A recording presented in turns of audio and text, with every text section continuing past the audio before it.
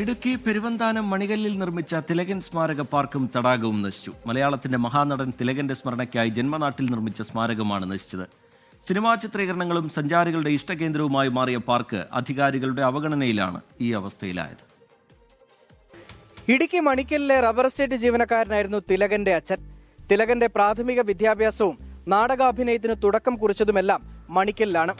പെരുവന്താനം പഞ്ചായത്ത് ഏകദേശം 1 കോടിയിലധികം രൂപ ചെലവഴിച്ചാണ് മഹാനടന്റെ സ്മരണയ്ക്കായി പാർക്കും തടാകവും നിർമ്മിച്ചത്. 2020-ൽ പാർക്കും തടാകവും ഉദ്ഘാടനം ചെയ്തു. പൂന്തോട്ടം, ഓപ്പൺ തിയേറ്റർ, ഇരിപ്പിടങ്ങൾ, ചെക്ക് ഡാമിൽ കുട്ടവഞ്ചി, പെഡൽ ബോട്ട് എന്നിവയാണ് ഒരുക്കിയത്. ശൗചാലയവും കോഫി ഷോപ്പും ഉണ്ടായിരുന്നു. ആദ്യ നാളുകളിൽ പ്രവേശന ഫീസ് ഇനത്തിൽ പ്രതിദിനം 8500 രൂപ വരെ കിട്ടുമായിരുന്നു. 2 സിനിമകളും ഇവിടെ ചിത്രീകരിച്ചു. തദ്ദേശീയരായ 5 പേർക്ക് ജോലിയും ലഭിച്ചു. സഞ്ചാരികളുടെ ഇഷ്ട ഇടമായി മാറിയതോടെ നിരവധി പേർ എത്തിയിരുന്നു. എന്നാൽ 1 വർഷം കഴിയും മുമ്പേ പാർക്കും അനുബന്ധ സംവിധാനങ്ങളും നാശത്തിന്റെ വക്കിലായി. പെരുവന്താനം ഗ്രാമപഞ്ചായത്ത് ഭരിച്ചിരുന്ന LDF ഭരണസമിതിയുടെ സ്വപ്ന സാക്ഷാത്കാരമായിരുന്നു മണിക്കൽ ലേക്ക് ആൻഡ് പാർക്ക് എന്ന പദ്ധതി.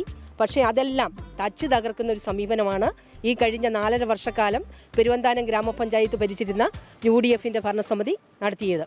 അത് ഏറ്റവും നമ്മുടെ ജനങ്ങളോട് ചെയ്ത ഏറ്റവും വലിയൊരു ക്രൂരതയാണ് എന്നാണ് എനിക്ക് പറയാനായിട്ടുള്ളത്. കോവിഡ് മൂലം അടച്ച പാർക്ക് പിന്നീട് തുറന്നിട്ടില്ല. ഇതോടെ കുട്ടവഞ്ചിയും ബോട്ടുമെല്ലാം കരയിലായി. തടാകത്തിൽ വെള്ളമില്ലാതെയായി.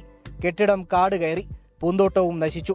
ഇതോടെ പഞ്ചായത്ത് ലക്ഷങ്ങൾ മുടക്കി നിർമ്മിച്ച പദ്ധതി തന്നെ ഇല്ലാതെയായി. കഴിഞ്ഞ തവണ പഞ്ചായത്ത് ഇടതുപക്ഷം ഭരിച്ചപ്പോഴാണ് ഇതെല്ലാം പണിതത്. പാർക്കിന്റെ നടത്തിപ്പ് സ്വകാര്യ വ്യക്തിക്ക് കരാർ നൽകിയിരുന്നെങ്കിലും പിന്നീടത് നടപ്പായില്ല.